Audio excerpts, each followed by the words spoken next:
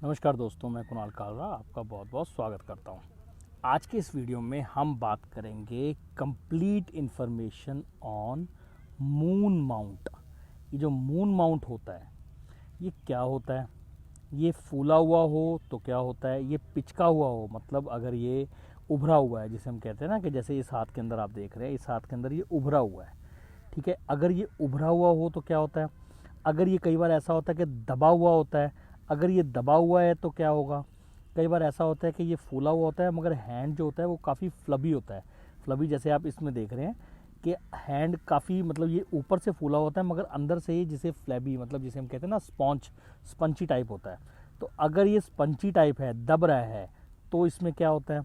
और इसके अंदर अगर बहुत सारी लाइनें हैं तो क्या होता है, जैसे इस हाथ में भी आप देख रहे हैं कि ये बहुत सारी लाइनें हैं। अब ये बहुत सारी लाइनों का क्या मतलब है, इसके ऊपर अगर क्रॉस है तो क्या होता है, स्टार है तो क्या होता है, इसके ऊपर अगर ग्रिल्स बनी हुई हैं, ऐसे स्क्वायर बना हुआ है तो क्या होता है, ट्राइंगल बना हुआ है तो क्या होता है। मैक्सिमम से मैक्सिमम कोशिश करेंगे हम इसी वीडियो के अंदर कवर करने की कंप्लीट इन्फॉर्मेशन की। अगर आप इस वीडियो को अगर देख लेंगे, वीडियो हो सकता है थोड़ा सा बड़ा हो, मगर अगर आप इस वीडियो को पूरा देख लेंगे तो मेरे को नहीं लगता कि मून माउंट से रिलेटेड कोई भी इन्फॉर्मेशन आपके पास मतलब आपके लिए बचेगी। तो चलिए स्टार्ट करते हैं। सबसे पहले हमने समझना है मून माउंट होता कौन सा है।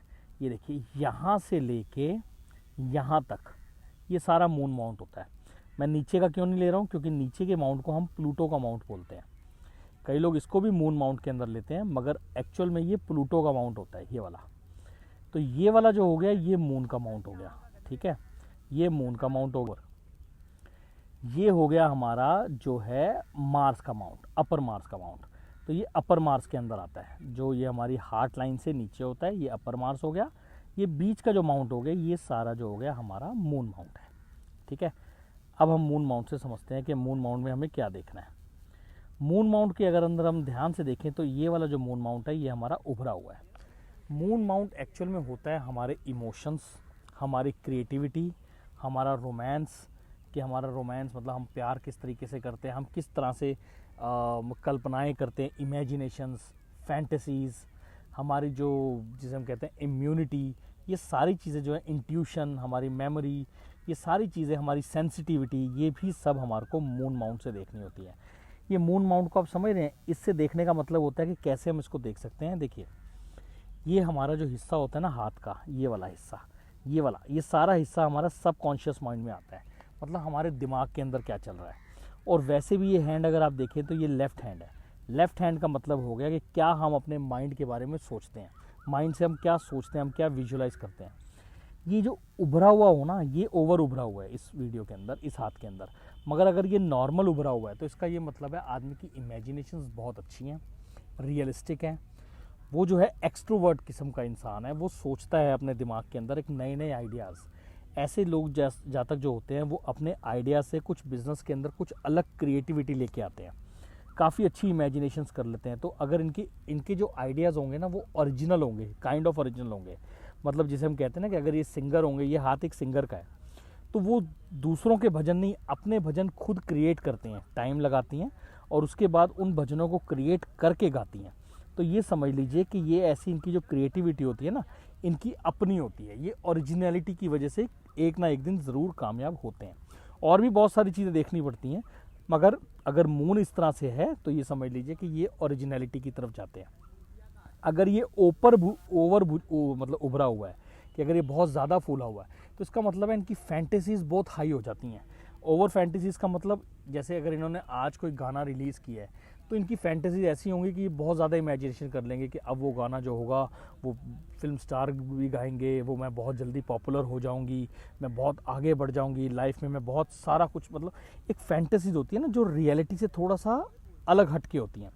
एक होता है कि हम कुछ एक्सपेक्ट करते हैं, उसमें कुछ एक्स्ट्रा ऑर्डनरी इमेजिनेशन करनी है, ठीक है। मगर ये जब बहुत ज़्यादा फूला हुआ हो तो इसका ये मतलब है कि जो इमेजिनेशन है वो ओवर से भी ज़्यादा है, मतलब बहुत ज़्यादा हो गई।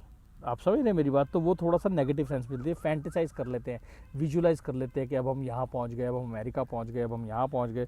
तो एक तरह से जिसे हम कहते हैं ना कि मून है ना, मून मन हो गया, तो मन बहुत जल्दी ट्रैवल कर गया, तो वो इमेजिनेशंस को एक अलग ही सिरा मिल गया। अगर ये पिचका हुआ है, जैसे बहुत ज़्यादा मतलब बिल्कुल फ्लैट है, बिल्कुल उसमें आपको दिखने में जान ही नहीं है बिल्कुल भी। अगर ये बिल्कुल फ्लैट है तो इसका ये मतलब है बंदा जो है वो इंट्रोवर्ट टाइप का है, उसकी जो इमेजिनेशंस है वो नॉर्मल है और रियल है, वो गट फीलिंग से ज़्यादा मतलब अपनी गट फीलिंग की सुनता है और प्रैक्टिकल अप्रोच है उसकी जीवन को लेके। कुछ चीज़ों में वो बड़ी अच्छी कैलकुलेशन कर लेता है और जिसे हम कहते हैं कि एक एक्स्ट्रा न्यू आइडियाज़ नहीं मगर एक प्रैक्टिकली अपने काम को यूज़ कर पाता है। तो प्रैक्टिकल अगर अप्रोच देखनी है तो ये वाला पिचका हुआ होगा ये हिस्सा। अगर अब बात करते हैं कि ये बिल्कुल फूला हुआ है मगर इसके अंदर जिसे हम कहते हैं पिलपिला है हाथ, अगर हाथ पिलपिला है तो इसका ये मतलब हो गया कि एनर्जीज़ जो हैं वो खोखली हैं, इमेजिनेशंस जो हैं वो हैं तो बड़ी मगर उसके लिए कोई वर्क नहीं किया जा रहा, वो खोखली हैं। खोखली का मतलब हो गया कि हम उसके ऊपर कोई एक्शन नहीं ले रहे या हम सोच तो रहे हैं मगर कुछ उसको राइटिंग में नहीं उतार पा रहे, मतलब उसको अपने कर्मों में नहीं उतार पा रहे। एनर्जी जो है वो कहीं ना कहीं उस हाथ के अंदर कमी है। एनर्जी मतलब गोल को अचीव करने की एनर्जी, एनर्जी जो कुछ करने की एनर्जी जो है वो आपको उस हाथ के अंदर कम देखने को मिलेगी, हाथ पिलपिला होगा तो ओवर से ज़्यादा। अब देखते हैं इसके अंदर लाइनें, ये देख रहे हैं आप लाइनें, ये मून माउंट के ऊपर लाइनें हैं। अब मून माउंट के ऊपर लाइनों का मतलब हो गया हमारी इच्छाएं ट्रैवल करने की, जैसे कहीं यहाँ चलते हैं कहीं वहाँ ट्रैवलिंग करते हैं, उस ट्रैवलिंग को लेके जो इच्छाएं हैं वो हो गई हमारी मून माउंट पे लाइनें। अब ये लेफ्ट हैंड पे है, अगर राइट हैंड पे भी है, अगर राइट हैंड पे भी है तो ट्रैवल होगा, मगर अगर लेफ्ट हैंड पे है तो इसका मतलब हमारी साइकोलॉजी में हमारे दिमाग में है मगर हम कर नहीं पा रहे हैं अगर राइट में नहीं है तो। ये आपको बड़ी चीज़ बड़ी बारीकी से समझनी है, इसके अंदर ये चीज़ें होती है। और मैंने इनका राइट हैंड देखा है, हाँ राइट हैंड देखा है, तो राइट हैंड में जो मून माउंट है वो इतना स्ट्रांग नहीं है, वो थोड़ा सा पिचका हुआ है। मैं इसमें दिखा नहीं पाऊंगा क्योंकि टेक्निकली मेरे को नहीं इतना यूज़ करना आता, तो मैं आपको जनरली ये बता रहा हूँ कि लेफ्ट हैंड ज़्यादा इनका उभरा हुआ है, मतलब इनकी जो इमेजिनेशन और कैलकुलेशन है वो ओवर हाइप्ड है, मतलब ओवर है।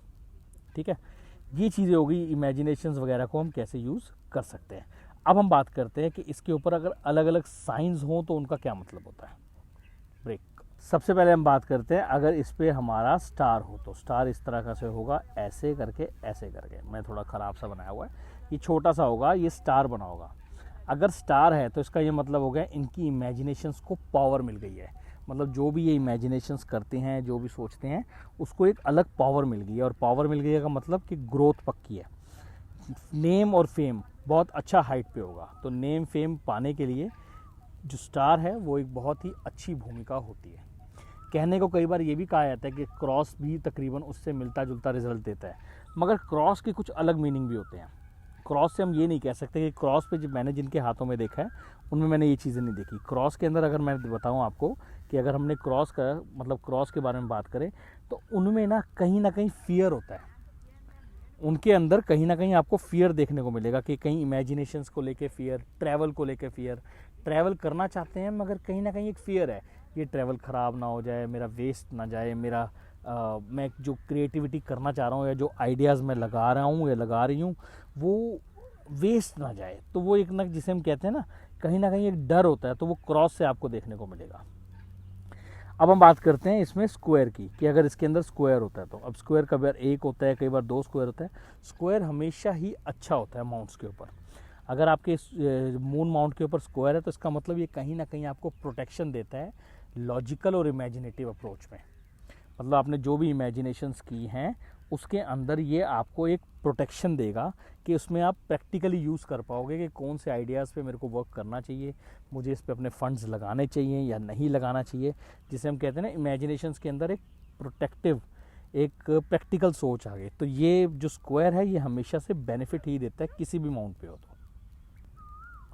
अब बात करते हैं ट्रायंगल के बारे में कि अगर इसके ऊपर ट्रायंगल होता है तो ट्रायंगल का मतलब हमेशा से किसी भी माउंट पे होना, छोटा बड़ा ट्रायंगल हमेशा से उस माउंट की क्वालिटी को बहुत ज़्यादा एनहेंस करता है।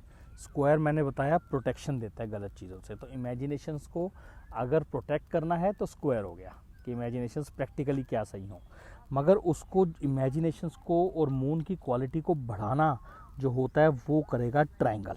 जैसे इमेजिनेशंस को बहुत अच्छे तरीके से, मतलब आपका ट्रैवल है तो ट्रैवल बहुत अच्छा हो जाना कि लग्जूरियस ट्रैवल हो रहा है, आपने टिकट करवाई है नॉर्मल क्लास की, एग्जीक्यूटिव क्लास की, मगर आपको ऑटोमेटिकली अपग्रेड होकर बिजनेस क्लास मिल गई है, कहीं ना कहीं आप जहाँ भी ट्रैवल पे जा रहे हैं वहाँ पे आपको नेम फेम की ग्रोथ हो रही है।